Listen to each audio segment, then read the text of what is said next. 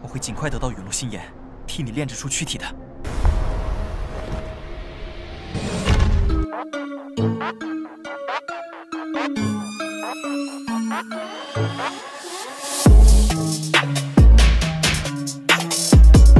Halo guys, selamat datang kembali dalam pembahasan Battle Through the Heavens versi novel. Terima kasih untuk kalian yang selalu stay di sini dan gak lupa juga terima kasih untuk kalian yang udah sawer kopi buat Mimin.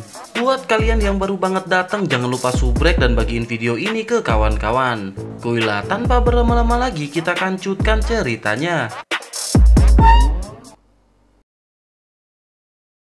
Cerita berkancut dengan pengeroyokan yang dilakukan oleh kelompok Chen Xian kepada Xiaoyan. Namun naas bagi Chen Xian karena kali ini Xiaoyan berhasil membalikan keadaan. Xiaoyan pun segera melesat ke arah Chen Xian setelah dua orang tetua yang diperintahkan Chen Xian berhasil ditahan. Ekspresi wajah Chen Xian berubah drastis setelah melihat Xiaoyan yang dipenuhi dengan niat membunuh. Chen Xian tidak ragu sedikit pun ketika doki di dalam tubuhnya meletus ke segala arah. Setelah itu semuanya pun menggumpal di telapak tangan kanannya dan bersiap untuk dilesatkan ke arah Xiaoyan. Doki merah api yang menakutkan dengan cepat berkumpul di telapak tangannya ketika ia mengeluarkan teknik pisau api misterius. Dengan lambaian tangannya, pisau api yang dibentuk oleh doki merah api dengan cepat bergerak. Ekspresi dingin di wajah Xiaoyan seketika menjadi lebih padat dalam menghadapi pembalasan sengit dari Chen Xian.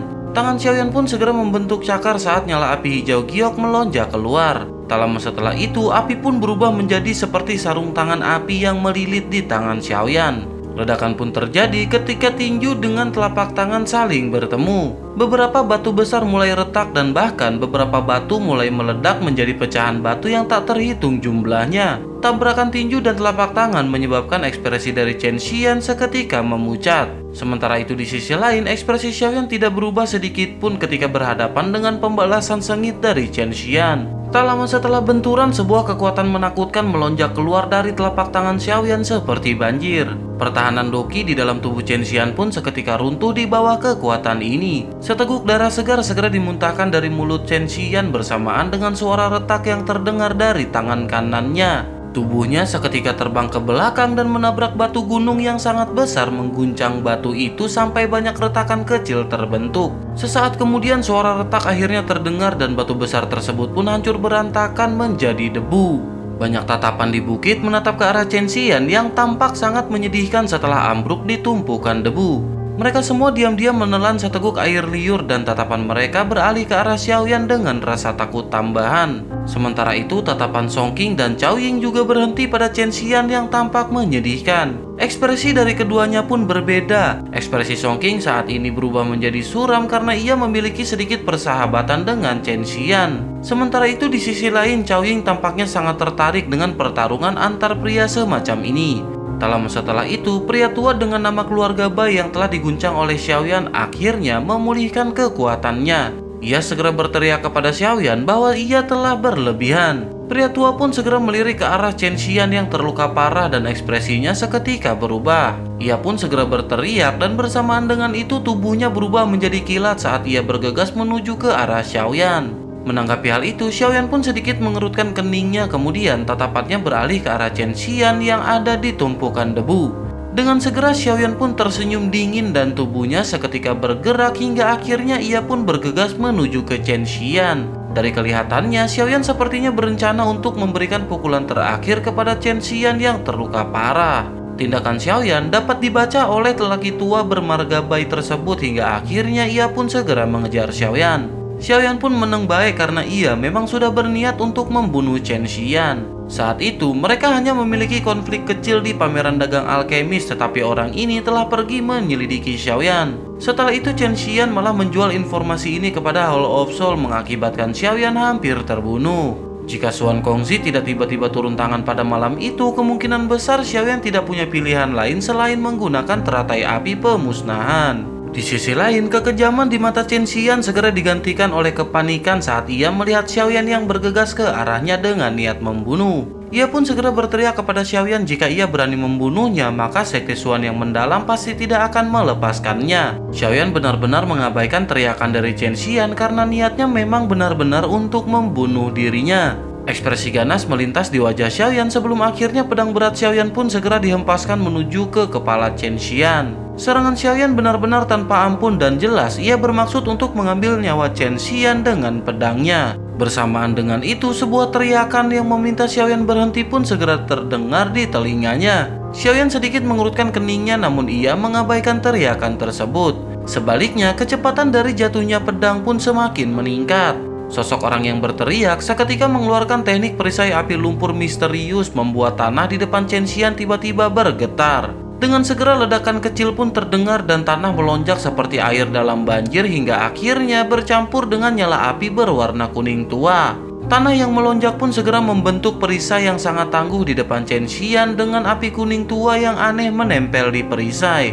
Ledakan pun seketika terjadi ketika pedang berat Xiaoyan menimpa perisai yang menghalangi Chen Xian. Bersamaan dengan itu, Doki yang agung bergegas melesat dari belakang Xiaoyan dengan sekejap mata. Xiaoyan segera menyadari bahwa ini adalah pria tua yang melesat dengan serangan kuat ke arah Xiaoyan. Xiaoyan pun segera menyipitkan matanya hingga akhirnya pedang besar Xiaoyan pun tiba-tiba bergetar. Sebuah kekuatan tersembunyi pun tiba-tiba menembus perisai tanah dan menghantam perut bagian bawah Chen Xian dengan keras. Tubuh Chen Xian seketika menegang saat kekuatan tersembunyi ini mengenai perut bagian bawahnya. Setelah itu, pedang berat di tangan Xiaoyan pun secara refleks mengayun ke belakang dengan cara yang sangat keras. Akhirnya pedang Xiaoyan pun bertabrakan dengan angin besar dan kuat yang dilesatkan oleh lelaki tua bermargabai. Angin kencang pun segera menyapu seperti badai hingga jari-jari kaki Xiaoyan menekan udara kosong saat tubuhnya dengan cepat menarik diri. Pada saat yang sama dengan kaki Xiaoyan mengambil beberapa langkah terus-menerus di udara, setiap kali kakinya mendarat ruang itu sendiri akan bergetar.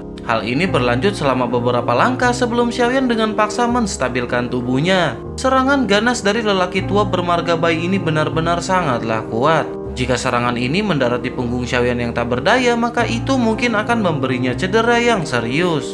Tak lama setelah Xiaoyan menstabilkan tubuhnya, mata Xiaoyan pun segera melirik ke arah Song Qing karena orang inilah yang tiba-tiba menghentikan Xiaoyan dari membunuh Chen Xian. Song Qing pada saat ini tidak menunjukkan banyak rasa takut ketika ia melihat mata Xiaoyan yang gelap dan serius ke arahnya.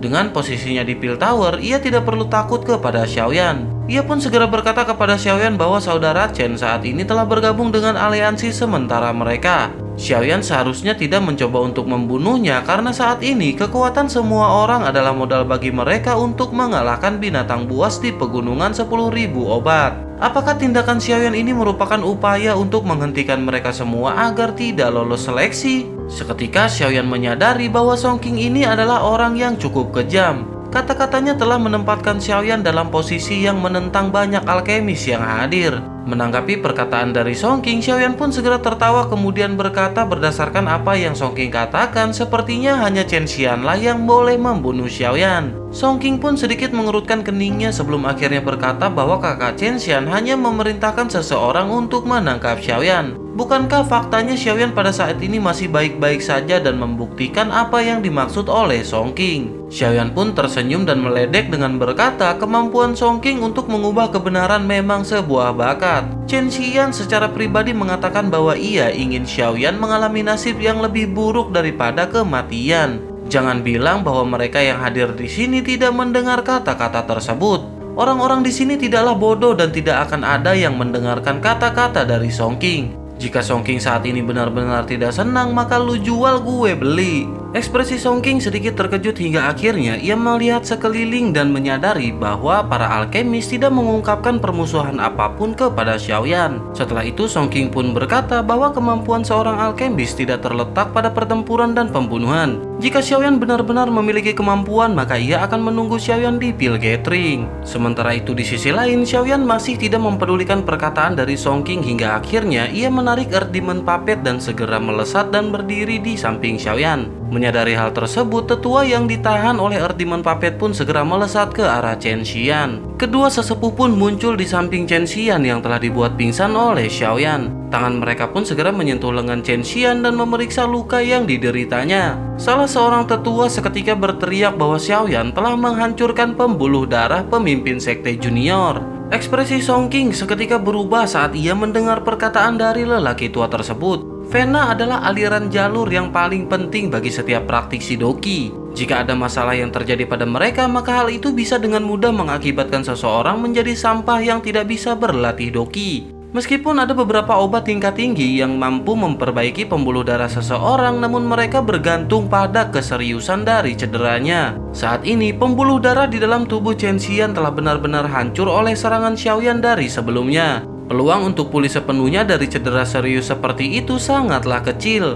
Begitu ia kehilangan dukungan dari Doqi, maka Chen Xian akan menjadi orang yang tidak berguna. Song King tidak berharap bahwa Xiaoyan akan menyerang begitu kejam. Menjadi orang yang tidak berguna kemungkinan lebih sulit untuk ditanggung Chen Xian dibandingkan dengan ia dibunuh. Sementara itu di sisi lain, Xiaoyan yang berada di udara tetap tanpa ekspresi. Ia tidak menunjukkan tanda-tanda sedikit pun terpengaruh oleh perkataan tersebut. Chen Xian telah berulang kali ingin membunuh Xiaoyan, dan jika ia tidak memiliki banyak teknik yang berbeda, kemungkinan ia sudah menjadi mayat. Tak lama Cao Ying pun melangkah maju dan berkata bahwa semuanya sudah menjadi seperti ini dan tidak ada yang bisa memulihkan situasinya. Pecahnya pembuluh darah Vena ini tidak sepenuhnya tanpa obat. Mereka mungkin bisa meminta bantuan dari Pil Tower setelah semua ini selesai. Dengan begitu mereka mungkin masih memiliki kesempatan untuk bisa menyembuhkannya. Kedua sesepuh dari Sekte Xuan yang mendalam pun secara bertahap menjadi tenang ketika mereka mendengar perkataan dari Cao Ying. Cao Ying pun lanjut berkata, terlepas dari apa yang telah terjadi, hal yang paling penting saat ini adalah mendapatkan item yang telah ditugaskan untuk mereka temukan dan lolos dari seleksi. Cao Ying pun segera menoleh ke arah Xiaoyan kemudian berkata, bolehkah ia tahu jika Tuan Xiaoyan tertarik untuk bergabung? Mendengar hal tersebut, ekspresi Song King pun seketika menjadi berubah. Ia pun segera berkata saat ini Xiaoyan telah menyinggung Sekte Xuan yang mendalam dan jika mereka mengundangnya, kemungkinan mereka juga akan menyinggung kelompok dari Chen Xian. Cao Ying tersenyum tipis dan ia mengabaikan perkataan dari Song King. Sementara itu di sisi lain, mata Xiaoyan segera menyapu tubuh indah dan kecantikan dari Cao Ying. Tak lama setelah itu, Xiaoyan pun menggelengkan kepalanya dan berterima kasih atas undangan dari Nona Cao Ying. Xiaoyan lanjut berkata bahwa ia telah terbiasa berkeliaran sendirian dan ia tidak suka membentuk kelompok. Oleh karena itu, maka Xiaoyan meminta maaf karena ia tidak dapat bergabung. Setelah mengucapkan hal tersebut, Xiaoyan pun segera menggerakkan tubuhnya dan seketika ia merasakan sebuah tatapan yang menyapu tubuhnya dengan cara yang tidak biasa. Di bawah tatapan yang menyapu ini, pori-pori di seluruh tubuh Xiaoyan merasakan dorongan untuk melarikan diri.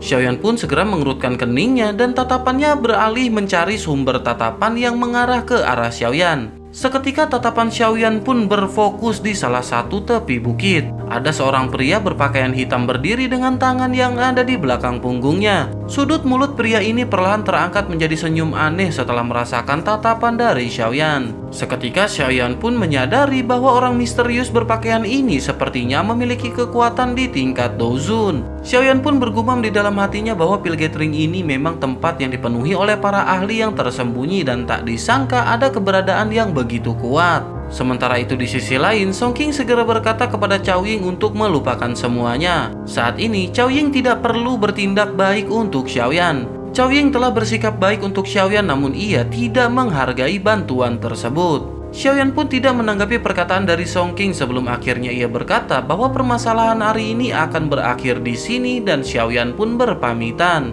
Xiaoyan menangkupkan tangannya ke arah kelompok Cao Ying hingga akhirnya ia pun segera melangkah maju. Menyadari Xiaoyan yang akan pergi, dua sesepuh pun seketika melonjak ke langit dan berteriak apakah Xiaoyan ingin pergi begitu saja setelah melukai seseorang. Xiaoyan mengabaikan dua tetua yang melesat ke langit hingga akhirnya kilatan pun muncul di kaki Xiaoyan dan ia pun segera melesat meninggalkan banyak after image. Singkat cerita, Xiaoyan pun telah mendarat di puncak gunung yang sangat terjal dan ia segera mengerutkan keningnya karena dengan mengandalkan persepsi spiritualnya yang luar biasa, Xiaoyan bisa merasakan cukup banyak aura luar biasa kuat di pegunungan ini.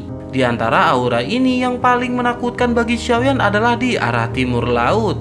Mata Xiaoyan pun segera menatap ke arah tersebut dan ia seketika mengerutkan kening. Xiaoyan pun bergumam jika ia menebak dengan benar aura di arah timur laut seharusnya menjadi yang terkuat di dalam pegunungan ini. Aura tersebut seharusnya menjadi binatang pamungkas dari pegunungan 10.000 obat yang disebutkan oleh Song King. Sebelumnya, Song King menyebutkan bahwa binatang buas itu telah mengambil banyak harta berharga di pegunungan 10.000 obat ke dalam guanya. Saat ini yang bisa Xiaoyan lakukan adalah pergi ke sana dan mencoba melihat apa yang bisa ia dapatkan. Xiaoyan tidak ragu-ragu setelah mengambil keputusan dan ia pun segera mengidentifikasi arah yang harus ia tuju. Setelah itu Xiaoyan pun segera melesat ke arah timur laut di mana sumber energi paling kuat berada. Setelah mendekati puncak gunung pegunungan 10.000 obat, Xiaoyan pun seketika terkejut saat merasakan energi kaya yang merembes keluar dari gunung. Xiaoyan merasakan setidaknya ada 3 aura di gunung ini yang telah mencapai peringkat 7. Dengan kata lain, ada total 3 binatang ajaib kelas Dozong di gunung ini.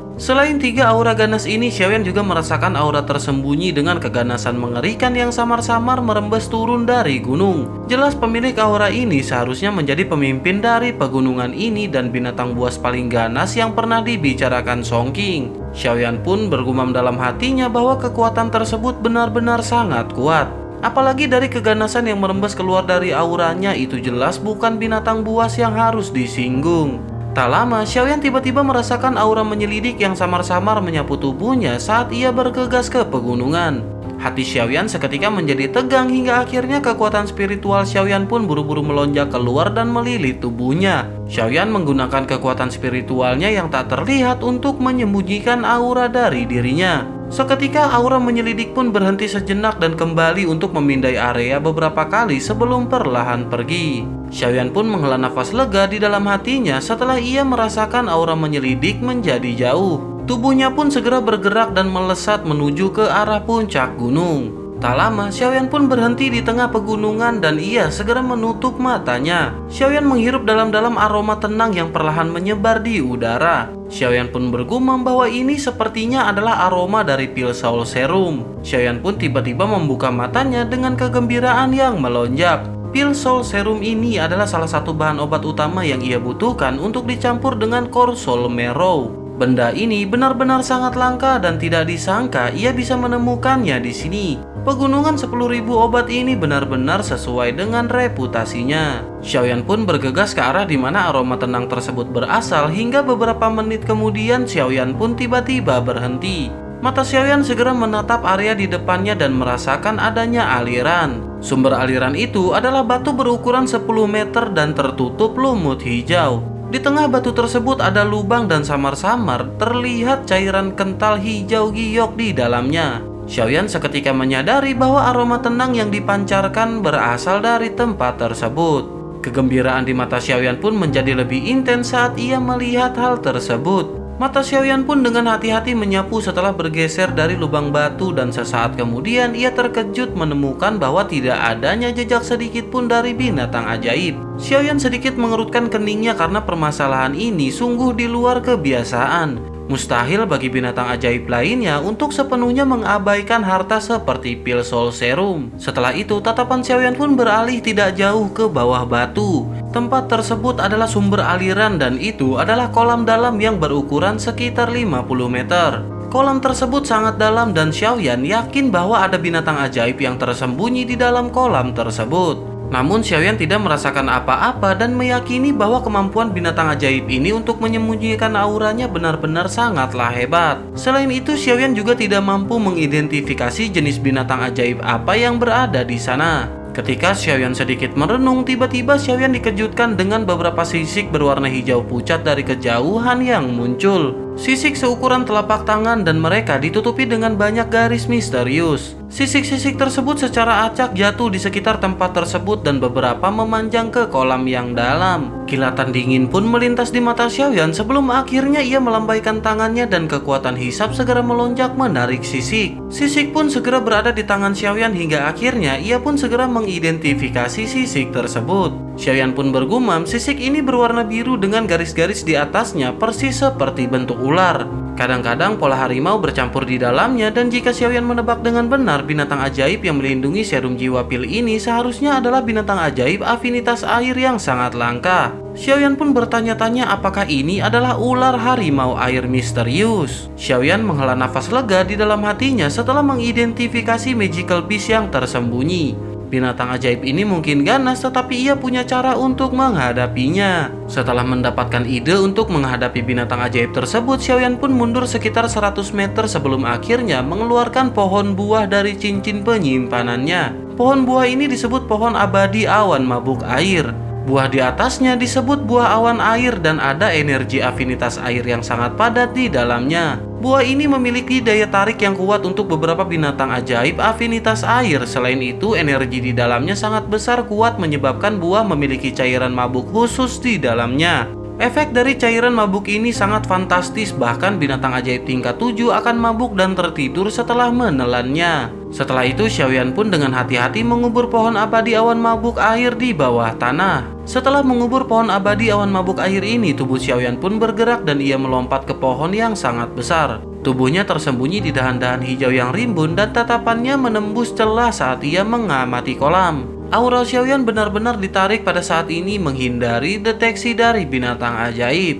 Setelah cukup lama menunggu, tiba-tiba suara gelombang kecil air pun muncul di dalam hutan yang tenang ini. Xiaoyan pun langsung menoleh ke arah kolam dan menemukan riak air melingkar terbentuk di kolam. Xiaoyan pun bertanya-tanya apakah akhirnya binatang ajaib tersebut akan keluar. Xiaoyan pun tersenyum hingga akhirnya aura yang kuat mulai secara bertahap muncul dalam persepsi spiritual Xiaoyan. Seketika Xiaoyan pun mengerutkan keningnya ketika ia melihat ular harimau air misterius peringkat 7. Sosok hitam pendek.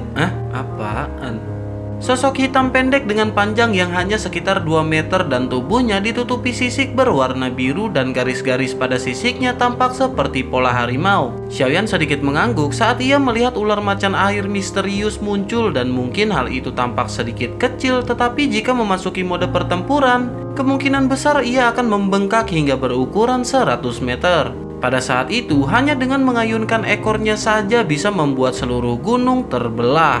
Kejutan seketika melintas di mata Xiaoyan setelah ia melihat bahwa makhluk tersebut benar-benar sangat berhati-hati. Xiaoyan pun menggelengkan kepalanya dan bergumam bahwa binatang ajaib tersebut memang layak menjadi peringkat 7 Magical Beast. Kecerdasan ini jauh lebih tinggi daripada binatang ajaib biasanya. Tak lama ular macan air misterius akhirnya melebarkan mulutnya hingga akhirnya ia pun menyerap pohon tersebut ke dalam mulutnya yang besar dan ganas. Xiaoyan diam-diam tertawa saat ia bersembunyi di antara cabang-cabang pohon ketika ia melihat makhluk ini akhirnya memakan buah tersebut. Tak berselang lama, tubuh dari ular harimau air misterius pun belonjor di tanah. Pada saat ini, ia mengalami perasaan mabuk merembes keluar dari tubuhnya. Menyadari hal tersebut, tubuh Xiaoyan pun seketika bergerak dan ia bergegas turun dari pohon tinggi seperti kilat. Xiaoyan pun muncul di batu besar dalam beberapa kilatan. Setelah itu, ia pun mengeluarkan pukulan keras dan memecahkan tirai. Setelah itu, api giok pun segera melapisi tangan Xiaoyan sebelum akhirnya ia dengan paksa menggali lubang. Tak lama Xiaoyan mengeluarkan kotak batu giok dingin dari cincin penyimpanannya dan ia dengan hati-hati menempatkan batu yang mengandung pil soul serum ke dalamnya. Setelah itu Xiaoyan pun menjentikan tangannya dan mengembalikan kotak batu giok tersebut ke dalam cincin penyimpanannya.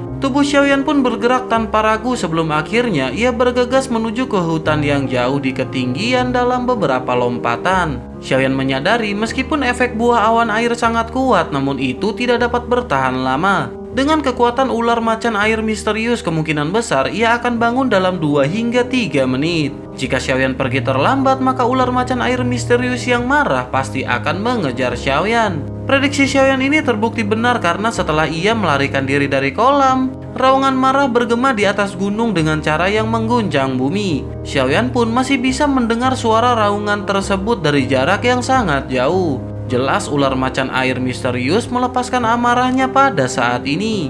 Xiaoyan pun diam-diam tertawa saat mendengar raungan tersebut sebelum akhirnya ia pun meningkatkan kecepatannya dan buru-buru meninggalkan tempat berbahaya ini. Di sisi lain, terdapat aula besar yang dibangun dengan batu-batu besar yang berdiri di puncak gunung yang tampak seperti pilar penyangga langit. 2 binatang besar sedang berjaga di aula besar dan 2 aura ganas merembes keluar dari tubuh 2 binatang besar ini. Dari kelihatannya mereka bahkan lebih kuat dari ular macan air misterius sebelumnya. Tak lama terdengar teriakan marah yang berisi sakit hati yang hebat tiba-tiba dipancarkan dari dalam aura besar.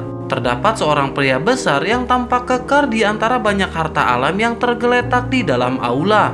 Namun pria besar yang tampak seperti makhluk luar biasa ini sedang melihat ke tengah lapangan dengan keinginan untuk menangis pada saat ini. Sosok kecil yang cantik telah mengambil apa yang tampak seperti bahan obat yang sangat langka. Setelah itu ia pun memasukkan bahan obat langka ke dalam mulut kecilnya. Suara mengunyah yang jernih menyebabkan hati pria besar tersebut merasakan sakit hati yang tak berdarah. Sosok kecil pun segera berkata untuk apa pria tersebut berteriak. Setelah ia makan sampai kenyang dan menemukan orang yang ia cari, maka ia secara alami akan membawa si pria keluar dari tempat ini. Beralih kembali ke Xiaoyan yang saat ini telah berada di tengah pegunungan. Xiaoyan pun bergumam saat ini yang bisa ia lakukan hanyalah memanjat dengan tenang ke puncak gunung dan mencoba melihat apakah Xiaoyan bisa mencuri item tugas yang ia butuhkan. Dengan kekuatan Xiaoyan sendiri mungkin agak sulit untuk merebut mereka dengan paksa. Namun baru saja Xiaoyan hendak bergerak, tiba-tiba ia merasakan sesuatu dan matanya tiba-tiba meluncur ke dasar gunung.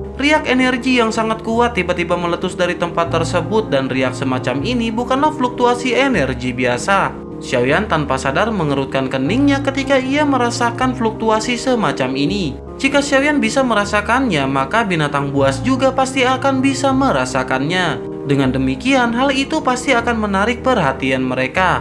Xiaoyan pun bertanya-tanya, mungkinkah itu adalah kelompok Caoying? Xiaoyan pun mengerutkan keningnya sebelum akhirnya ia tiba-tiba membalikan tubuhnya dan diam-diam bergegas ke sumber riak energi. Setelah beberapa menit, Xiaoyan pun berhenti di satu puncak pohon dan matanya segera menatap ke bawah. Xiaoyan melihat banyak orang yang berkumpul dan menyadari bahwa itu adalah kelompok Caoying.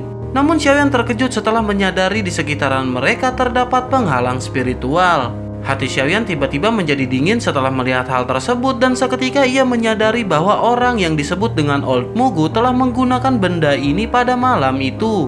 Penghalang spiritual tersebut menyebabkan dokter peri kecil dan yang lainnya tidak menemukan serangan dari Old Mugu.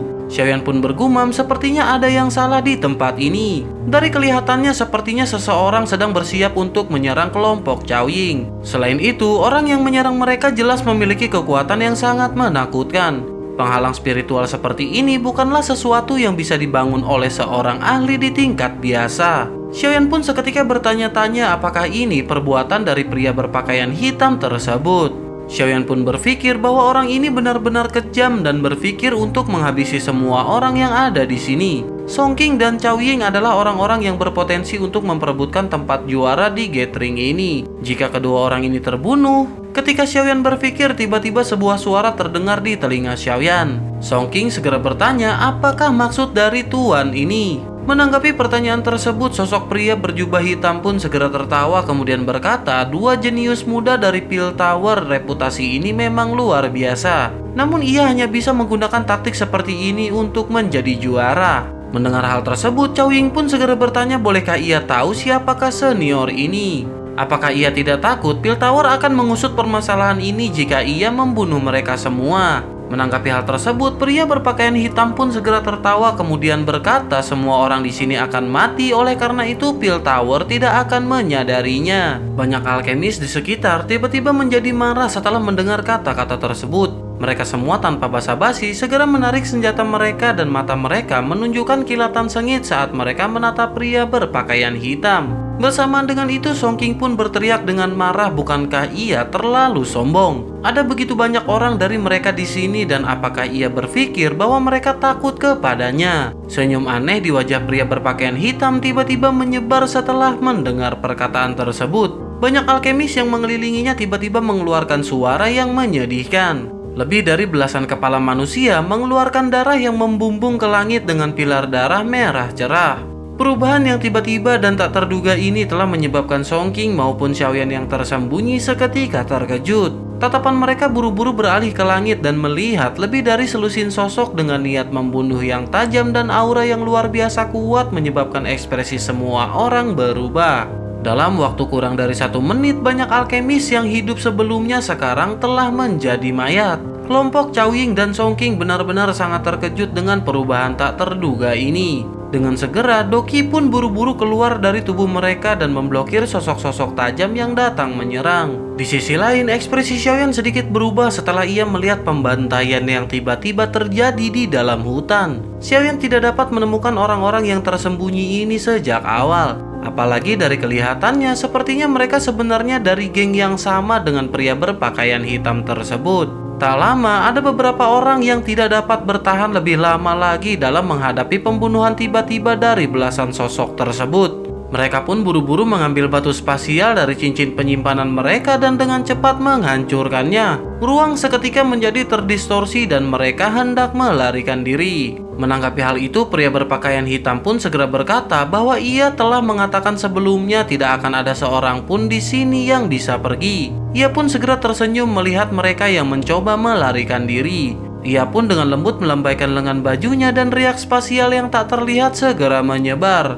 Setelah itu ia pun segera mengepalkan tangannya dan ruang di sekitarnya tiba-tiba ditekan. Ia pun dengan paksa menjepit para alkemis dengan ruang membuat darah dan daging seketika berhamburan. Di sisi lain mata Xiaoyan seketika menyipit setelah ia menyadari pria tersebut mampu mendistorsi ruang. Xiaoyan pun bergumam bahwa orang ini benar-benar memang seorang elit Dozun. Sementara itu di sisi lain, Cao Ying segera berkata apakah senior benar-benar berniat membunuh mereka semua. Cao Ying yang biasanya memasang senyum menawan di wajahnya saat ini memiliki ekspresi yang jelek. Pria berpakaian hitam pun seketika tertawa kemudian berkata bahwa ia cukup tertarik dengan jiwa Cao Ying. Jika ia dibiarkan tumbuh, kemungkinan ia akan benar-benar bisa menjadi kepala raksasa berikutnya dari Pil Tower. Si pria pun berhenti berbicara dan menjilat bibirnya seolah-olah ia sedang melihat mangsanya. Menyadari hal tersebut, wajah Cao Ying pun seketika berubah menjadi dingin. Ia sadar bahwa orang ini bertekad untuk melenyapkan mereka semua. Pria berpakaian hitam tersebut pun mengabaikan ekspresi dari Cao Ying. Tatapannya melirik beberapa orang yang masih melawan. Setelah itu ia perlahan mengambil langkah maju. Tepat ketika ia mengambil langkah ketiga, tubuhnya tiba-tiba bergetar dan matanya yang dingin tertuju ke pohon besar tempat di mana Xiaoyan bersembunyi. Menyadari hal tersebut, Xiaoyan pun diam-diam berteriak bahwa ini akan menjadi hal yang sangat buruk. Persepsi spiritual orang ini benar-benar terlalu kuat. Sebelum Xiaoyan bisa melarikan diri, tiba-tiba suara teriakan pun terdengar meminta Xiaoyan untuk keluar.